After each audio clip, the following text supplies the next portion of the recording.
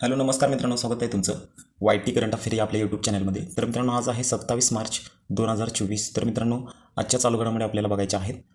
तर मित्रांनो, तुम्ही जर आपल्या चॅनलवर नवीन असाल किंवा हा व्हिडिओ पहिल्यांदाच पाहत असाल तर मित्रांनो, आपल्या चॅनलला नक्की सबस्क्राईब करा. मित्रांनो, ह्या व्हिडिओचा फायदा असा आहे की चालू घडामोडीसोबत आपण स्टॅटिक जी घेत असतो. आणि मित्रांनो, ही सिरीज आता आपण दररोजच चालू केलेली आहे. जे विद्यार्थी नवीन आहेत त्याने आपले टेलिग्राम चॅनल जॉईन करा, जेणेकरून मित्रांनो तुम्हाला ही जी PDF आहे ती आपल्या टेलिग्राम चॅनलवर उपलब्ध होईल.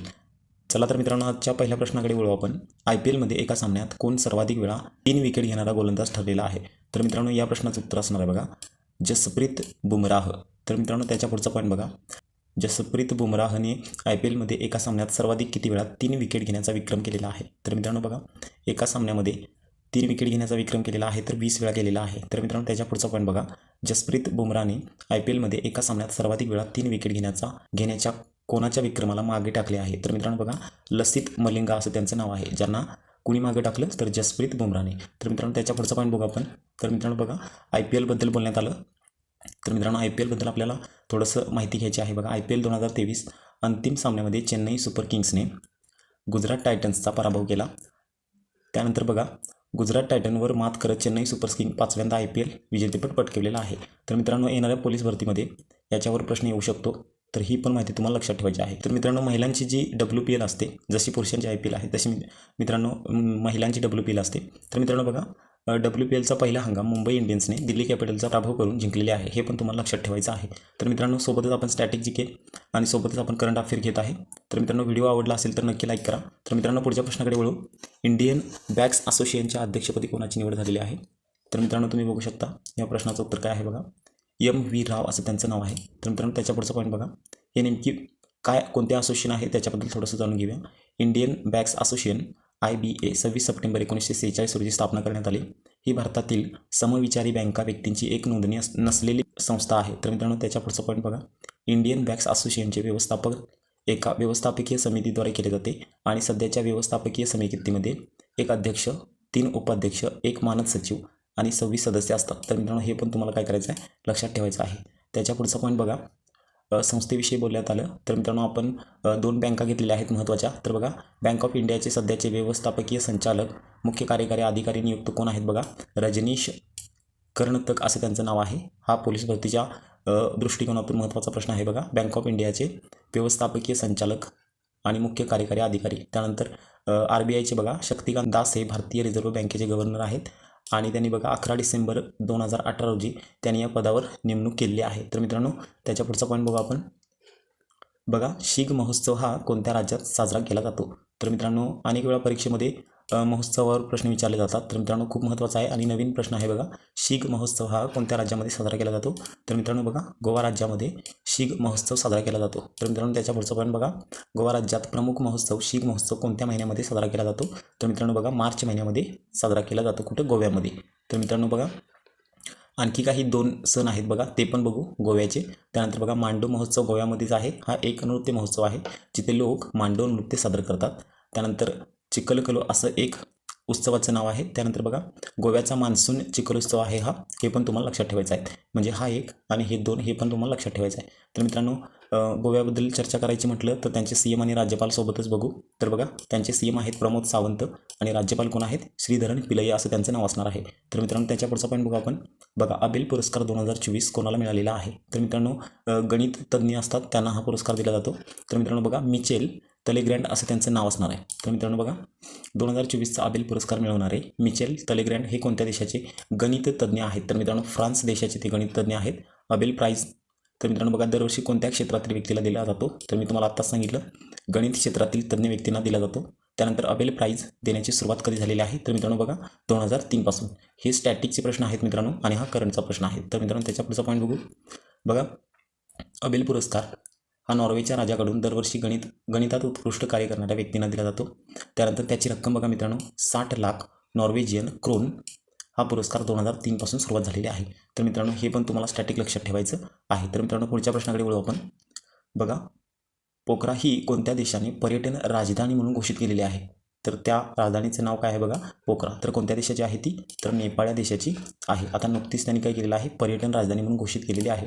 तर मित्रांनो बघा, नेपाळ हा जगातला एकमेव असा देश आहे ज्या देशाचा राष्ट्रध्वज आयताकृती नसून त्रिकोणी आहे. हे पण तुम्हाला लक्षात ठेवायचं आहे. जगातील एकमेव असा देश आहे ज्याचा राष्ट्रध्वज आयताकृती नसून त्रिकोणी आहे.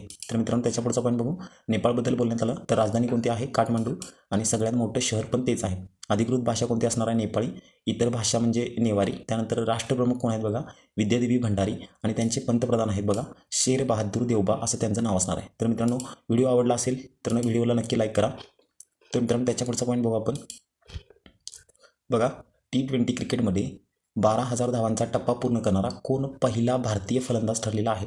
तर मित्रांनो या प्रश्नाचं उत्तर आहे बघा, आपले विराट कोहली यांनी काय केलेलं आहे, T20मध्ये 12,000 धावांचा टप्पा पूर्ण केलेला आहे. तर मित्रांनो बघा, भारतीय क्रिकेट खेळाडू विराट कोहली हा T20 क्रिकेटमध्ये 12,000 धावांचा टप्पा पूर्ण करणारा जगातील कितवा फलंदाज ठरलेला आहे. तर मित्रांनो बघा, 4था फलंदाज ठरलेला आहे. आणि हे तुम्ही बघू शकता, हे आहेत विराट कोहली.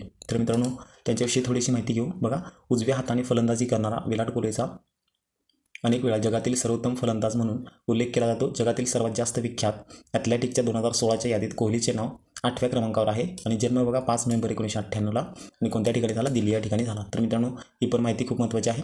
आणि सोबतच मित्रांनो मागील 20 वर्षामध्ये सर्वाधिक जास्त सर्च गुगलवर केला जाणारा हा खेळाडू आहे. हे पण तुम्हाला लक्षात ठेवायचं आहे. तर मित्रांनो पुढचा प्रश्न बघा, कोणत्या देशाचा ख्रिस बाउन्स हा पॅसिफिक महासागरातील दुर्गम ध्रुव पॉईंटवर म्हणजेच निमोवर पोहोचणारा इतिहासातील पहिला व्यक्ती ठरलेला आहे. हा मित्रांनो तिथला प्रदेश आहे बघा, निमोवर. कुठला, तर पॅसिफिक महासागरातील दुर्गम ध्रुव पॉईंटवर निमोवर पोहोचणारा इतिहासातील पहिला व्यक्ती. तर मित्रांनो हा पण स्टॅटिकचा प्रश्न होऊन गेलेला आहे आणि हा तुम्हाला लक्षात ठेवावाच लागेल.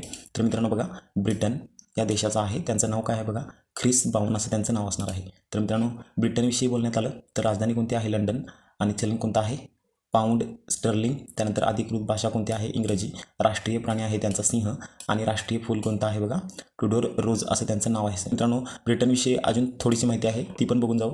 ऋषी सुनक हे ब्रिटिश राजकारणी आहेत. 25 ऑक्टोबर 2022 पासून युनायटेड किंगडमचेच म्हणजेच ब्रिटनचे पंतप्रधान. 24 ऑक्टोबर 2022 तेथील कन्झर्व्हेटिव्ह पक्षाचे नेते आहेत. सुनक युनायटेड किंगडमचे पहिले ब्रिटिश आशियाई आणि पहिले हिंदू पंतप्रधान आहेत. तर तुम्हाला हे पण लक्षात ठेवायचं आहे. तर मित्रांनो त्याच्या पुढचा पॉईंट बघू आपण. बघा कशाबद्दल बोलण्यात आलं तर हे बघा, पहिला व्यक्ती म्हणून मित्रांनो आपण भारताविषयी काही महत्त्वाचं घेतलेलं आहे बघा. तर मित्रांनो बघा, 20 मे 1965 लेफ्टनंट कर्नल अवतार यस चिमा एव्हरेस्ट शिखर सर करणारा पहिला भारतीय ठरलेला आहे. तर मित्रांनो हे तुम्हाला लक्षात ठेवायचं आहे. हा झाला स्टॅटिकचा प्रश्न.